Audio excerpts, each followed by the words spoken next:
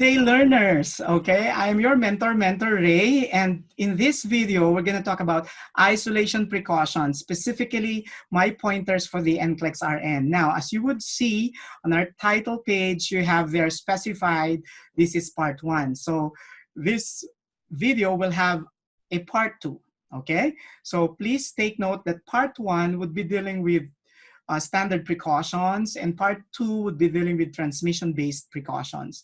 So to facilitate everything, I'll be placing the link for both videos, okay, for part 1 and part 2 on our description box below. I've gotta do, so I'm not crying.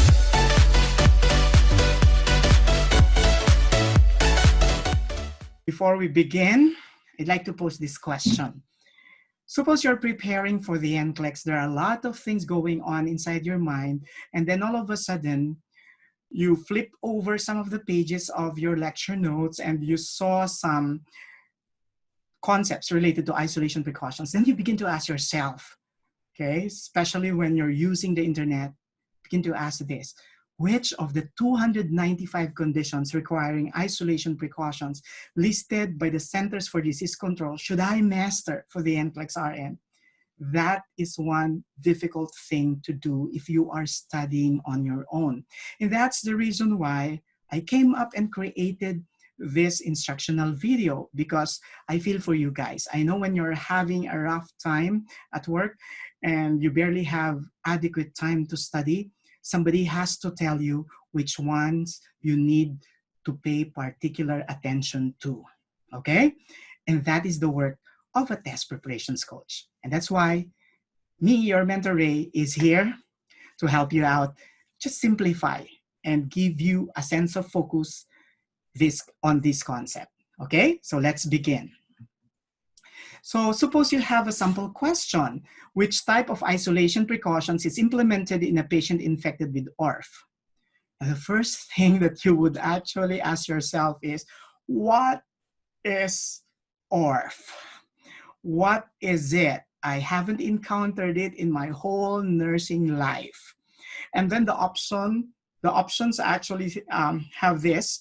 You have standard airborne contact and droplet. So this type of question is something that it's either you know it or you don't. So you have to once again try to recall which type of precautions will be implemented in a patient with ORF infection. And if you don't know it, so goodbye to 1 point, okay? But if you are clever enough to know that there's a type of precautions that could be applicable in all situations in the healthcare setting, and then you could actually gamble on clicking that possible answer. And we could say that, well, if I would be given the opportunity to answer a question such as this, such that I do not know what specific type of precautions will be implemented, I'd rather gamble on standard precautions.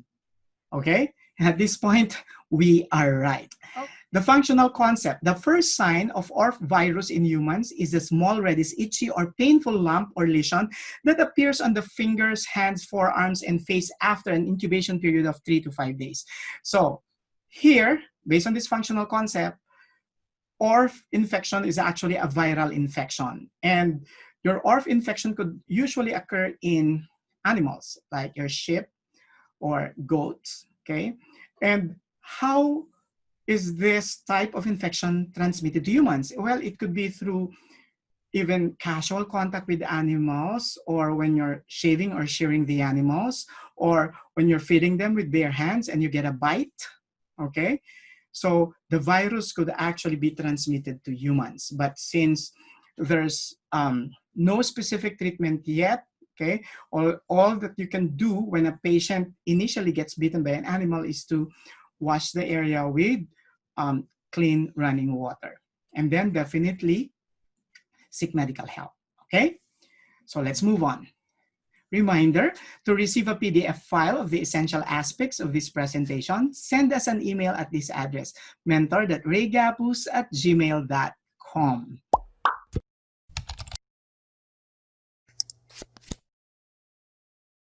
Okay, now let's begin with my pointers for the NCLEX RN, specifically on the concept of standard precautions.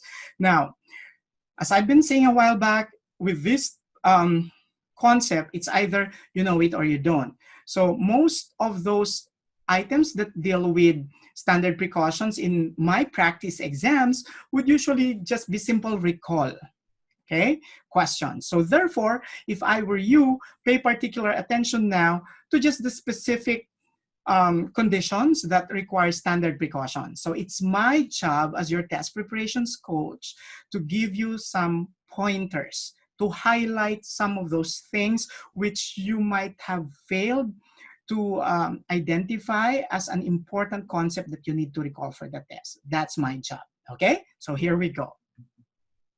So for example, you have this question. A patient comes into the emergency department showing the rashes as shown in the picture below. What type of isolation precautions should the nurse implement?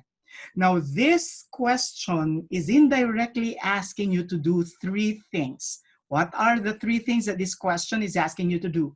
First is to identify and the type of rashes that the patient is manifesting. And then in your mind, you have to be able to relate it to a specific condition. That's the second thing that the question is asking you. And the third thing is that you have to know which type of isolation precautions should you implement. So therefore, you have a 3-in-1 question, okay? So you have one question and it's asking you to do three things for you to be able to answer it correctly. So how do we deconstruct and answer this question properly? First, pay particular attention to the picture. We have rounded rings of rash. Now, if you're going to recall, rounded rings of rash is associated with Lyme disease, which is usually caused by your black leg ticks, okay? Now, these ticks transmit Borrelia burgdorferi, which is the causative agent of Lyme disease, which is a bacterial infection. Now, I'd like to tell you one thing. Don't waste your time memorizing the causative agents, okay? Pay particular attention to how the patient would usually describe or manifest the symptoms, okay? So no need for you to know that your Lyme disease is caused by Borrelia burgdorferi transmitted by black leg ticks. So if the patient has had exposure to forested areas with tall grasses and trees where the ticks are, because the deer usually roam within those areas, then they are at risk for Lyme disease. Now, Lyme disease, the ticks that causes Lyme disease were actually initially isolated in Lyme, Connecticut. And that's the reason why Lyme disease was named after the place, okay? So knowing that we now have the specific type of rash, we know how to describe it. It's bullseye, rounded rings of rash. We know in which disease it is associated, okay? It is associated with your Lyme disease. And so therefore, the next task that we have to do is we have to identify the type of precaution. For Lyme disease, standard precaution is usually implemented. Standard precautions is implemented. Sorry. And in Lyme's disease, standard precautions are implemented. So the answer is D. Okay. Functional concepts. Standard precautions are primarily implemented for the protection of healthcare workers. Standard precautions are implemented when providing care to all individuals with or without symptoms of infection.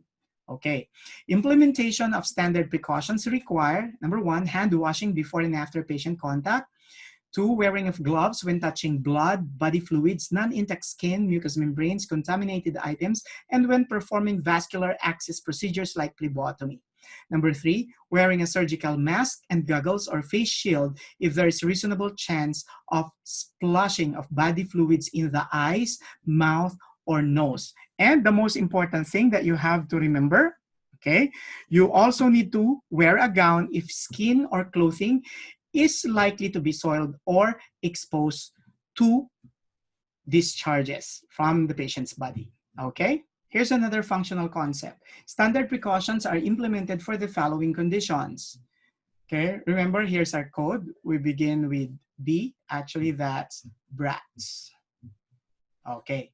B, you have your botulism. Now, take note that botulism is a foodborne bacterial infection. Usually, this is associated with the intake of home canned foods, okay? So when you talk of botulism, remember the 5 Ds, 5 Ds, okay? 3 of these Ds are associated with the mouth. So you have your difficulty speaking, difficulty swallowing, dry mouth, and then the 2 others are related to the eyes. So you have your double vision and drooping of the eyelids. So once again, botulism, remember the 5 Ds, difficulty of speaking, difficulty of swallowing, dry mouth, and then double vision and drooping of the eyelids. Once again, standard precautions is implemented. And you have rabies. Now, this is common among children who played with bats or dogs, okay? So assess them for rabies. And then you have AIDS, amoebiasis, which actually is a type of gastroenteritis, and anthrax. Now, those which are in red are the ones which I would want you to pay particular attention to. So anthrax is one of them. Now, the anthrax bacteria usually enters the body in through different routes. So one could be cutaneous, so it could cause like itchy bumps on the skin that eventually progress to painless sore. And then it could also get into the body to the gastrointestinal tract, in which case, when you have GI anthrax, patient will have nausea, vomiting, diarrhea, okay? Then you also have inhalation, in which the signs and symptoms could be similar to the ones when you have a flu. So your patient would be having flu-like symptoms. And then you have injection anthrax, in which case, when this happens, there would usually be redness around the area of the injection site. So treatment for anthrax would usually involve administration of antibiotics. But take note, this is not the goal for our video presentation. Our goal is to identify the type of precaution. So once again, to keep you focused, for patients with anthrax, I mean, whether the anthrax was actually inhaled or it was injected, or it went inside the body through the gastrointestinal tract or cutaneously through the skin, it doesn't matter. What matters is that know for a fact that we implement standard precautions, okay? And then we have toxoplasmosis. Now, toxoplasmosis is actually the condition that results when a parasite enters the body. And the most common way that this parasite enters the body, or Toxoplasma gondii, is actually through the intake of raw meat or unwashed vegetables and fruits. The second most common way that this parasite enters the body is exposure to cat litter. So if you are discarding cat litter, especially in pregnant patients, we could probably ask them to wear gloves when they're doing that. And thirdly, it could actually through the ingestion of the parasite itself. Now, the most important thing that you have to remember about toxoplasmosis is that it requires the implementation of standard precautions. And then you have toxic shock syndrome. Now, this is a syndrome associated with increased bacterial growth, and this is associated with the use of tampons, in which your Staphylococcus aureus is introduced into the reproductive system, leading to the toxic shock syndrome, okay? So for toxic shock syndrome, once again, we implement standard precautions. And then you have shigellosis, which is also a type of bacterial infection that leads to diarrhea and fever. And last but not the least, salmonella, which also leads to diarrhea and fever. So once again, our code BRATS: botulism, rabies, AIDS, amoebiasis, anthrax, toxoplasmosis, toxic shock syndrome, shigellosis, and salmonella. You have the code BRATS, all require standard precautions. The ones in red are the ones that I'd like you to remember the most. So botulism, anthrax, and toxic shock syndrome. Okay, now let's have some other conditions that we have not identified in our code in the functional concept we've just discussed. And let's begin with diagnosis of hepatitis A, B, C, D, E, and G, okay? So remember, for hepatitis, the ones with specific vaccines are hepatitis A and B, but hepatitis B vaccine could also protect the patient from hepatitis D. So nursing alert, okay? we instruct, okay, those people dealing with hepatitis to wear latex gloves when handling feces, urine, saliva, and blood. Now, this has a special application, especially for healthcare workers when we're holding on the urinal or the bedpan. It's very important that we wear latex gloves, okay? Then for Jardialandia, which is also a form of acute gastroenteritis, use contact precautions for diapered or incontinent patients. But if your patient is not diapered or it's not incontinent, then we implement standard precautions. Then, of course, we have your Lyme disease. So remember that there's no person-to-person transmission of Lyme disease, and so it requires standard precautions. Then plague, okay. So bubonic form is the most common and is characterized by painful swollen lymph nodes, okay? So what do we need to tell our patients? We tell our patients to avoid contact with infected body fluids and tissues, okay? So what is important for us to remember about plague is the fact that it requires the implementation of your standard precautions, okay? So let's pay particular attention to that. Okay, the next one we have your Rosola infantum, okay? Okay, Rosola infantum is actually a disease characterized by fever and non-itchy rash that begins on the torso.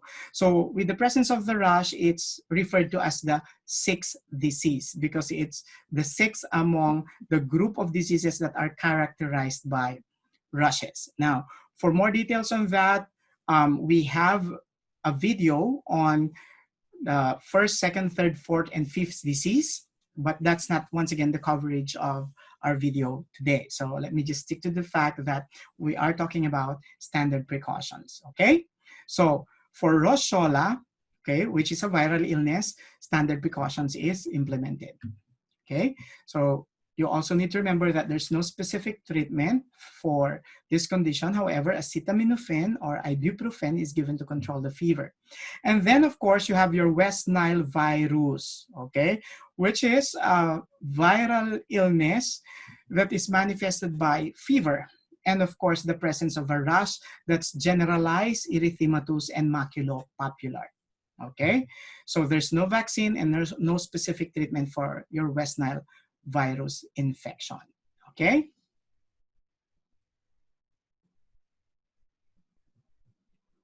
So let's have a functional concept. Hepatitis A, B, C, D, E, and G all require standard precautions. Hepatitis A, diapered or incontinent patients who are below 3 years old require contact plus standard precautions for the duration of illness. DOI pertains to duration of illness, okay? So let's try answering a sample question now. Okay, so which of the following statements about standard precautions is not true? So we're supposed to look for a false statement. So let's go through the options. 1, it is implemented to protect healthcare workers. Of course, that's true. 2, it is implemented when providing care for patients suffering from botulism, anthrax, and toxoplasmosis. Those 3 conditions are the ones which I'm highlighting a while back. So of course, that's true. It is implemented when providing care to a patient with hepatitis C. Well, we said that standard precautions is required when we were dealing with patients with hepatitis A, B, C, D, E, and G.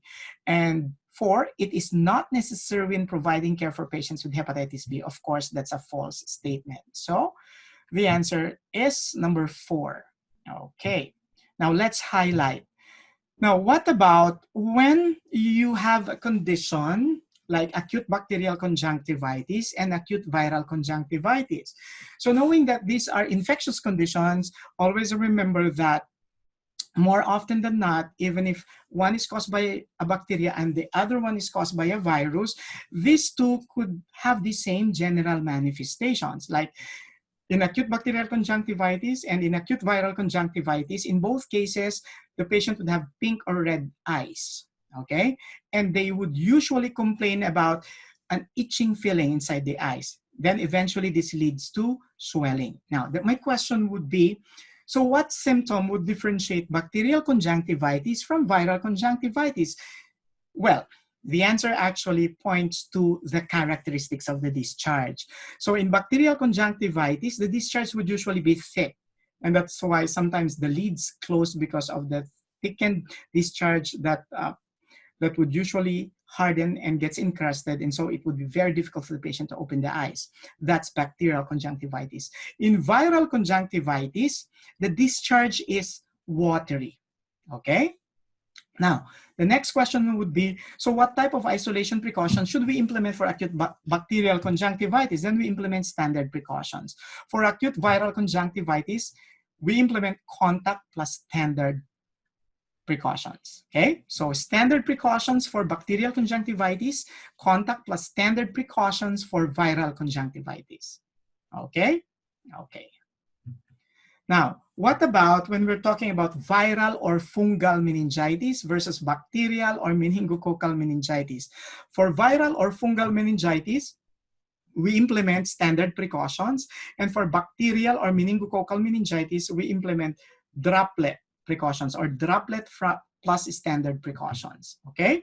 Now, what about when we're dealing with bubonic plague and pneumonic plague? Now, you notice again that letter P is in red font. Once again, it has a purpose. I tell you in a while. So first and foremost, okay?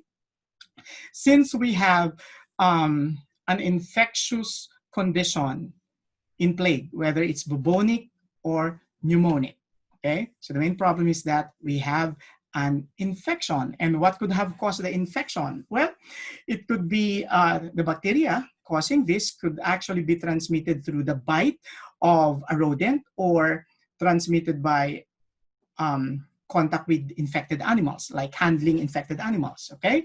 Now, the question is, what's the difference between the two?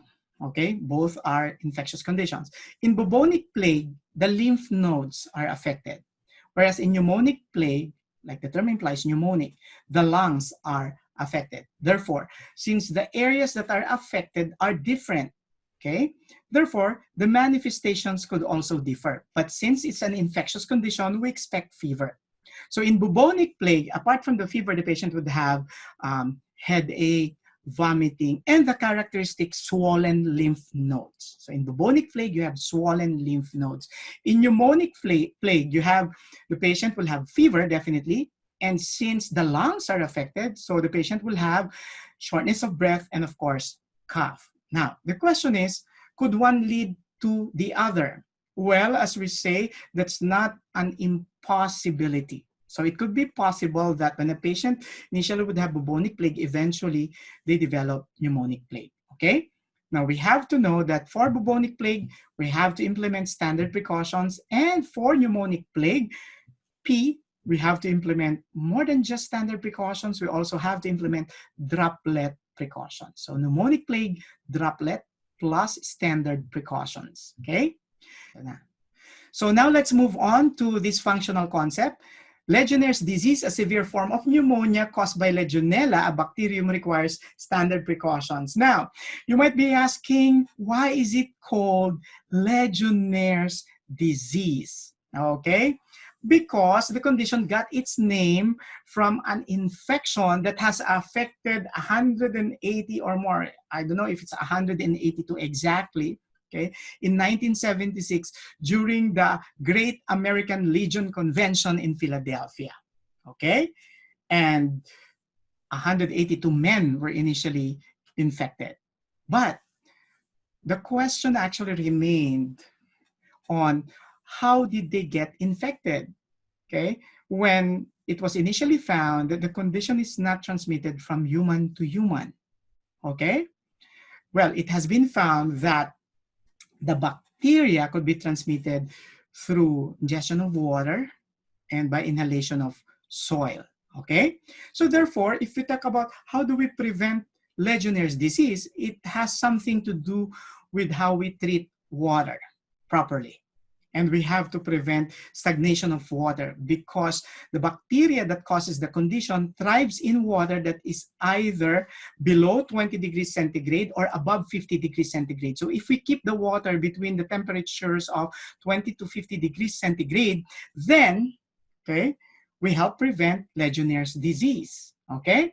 So from this functional concept, you'll know that Legionnaire's disease is transmitted, okay, through water. Therefore, we implement standard precautions, okay? However, take note, This is another functional concept. Legionnaire's disease is transmitted by drinking water and not by exposure to an infected person. This is what I'm trying to highlight a while back. There were, the medical experts were so baffled about how did this condition spread in the Great American Legion Convention, where in fact they later on found out that there is no person-to-person transmission. So that would bring me to the next question. What specific type of precautions do we implement? And we said a while back that in functional concepts, based on our functional concept, we implement standard precautions. However, okay, there are literature that says, this is another functional concept, no special precautions are necessary for Legionnaire's disease. The Centers for Disease Control, however, recommends implementation of standard precautions. So you would be asking, how come we have a seemingly contradictory concept within a functional concept? Okay, let's clarify the issue. Okay, let me clarify that. The best context to do that is to actually share a sample question related to Legionnaire's disease. So here's a sample question. Which of the following information is appropriate for the nurse to include when providing health teachings on the prevention of Legionnaire's disease in a community? The options are 1, airborne precautions is necessary. 2, implement droplet precautions. 3, contact precautions should be implemented. 4, no special precautions necessary. So we're supposed to be looking for standard precautions. So the correct answer that we have in mind is not contained in any of the options. So what do we do now? Okay, can we have an alternate answer? And the alternate answer says no special precautions necessary, but I would tell you in a while, why is that so? If we're going to go back to the stem of the question, you would note that the context in which the health teaching is being provided by the nurse is in the community. So in the community, we don't necessarily talk about standard precautions, but we refer to special precautions, and that our functional concepts based on literature says that there's no special precautions necessary. So therefore, the best answer, because the context of the question is in the community, is number 4, no special precautions necessary. Okay? Now, here's a variation of that question. This time, the context is in, take note, the hospital. So let's read through it. In the hospital, which of the following interventions is appropriate for the nurse to implement when admitting a patient diagnosed with Legionnaire's disease? This time, we are now in the hospital. Therefore, our answer should be based on protocols that are being practiced in the hospital. And what did we say a while back? According to the Centers for Disease Control, when we have a case of Legionnaire's disease, we implement standard precautions. And so the answer to this question is actually number 4, standard precautions. So if I would ask you now what made the difference in terms of the correct answer to 2 almost similar questions, it's the context. Okay? Fellow learners, it's the context. The first context that we answered, no special preparations needed, that's in the community. And for the second question, the second context is in the hospital. And so we therefore pick the answer, standard precautions. So what would I want you to be mindful about when answering questions such as this? Pay particular attention to the context of the question. The context means the setting where the situation that is being presented through the stem of the question is being situated in, okay? So the context of the question makes the difference. And I just hope with that I was able to clarify one area of confusion that you might be having in relation to this condition known as Legionnaire's disease. So once again, it's shout out time. Congratulations to Kumari Rajaniganda, okay? I'm not so sure if I pronounce it properly, who passed the NCLEX RN for the State Board of New Mexico. So congratulations, Kumari. So let's learn together. For more instructional videos, subscribe to our YouTube channel, Gapuz Mentors, and my Facebook page, Mentor Ray. So thank you once again, learners, for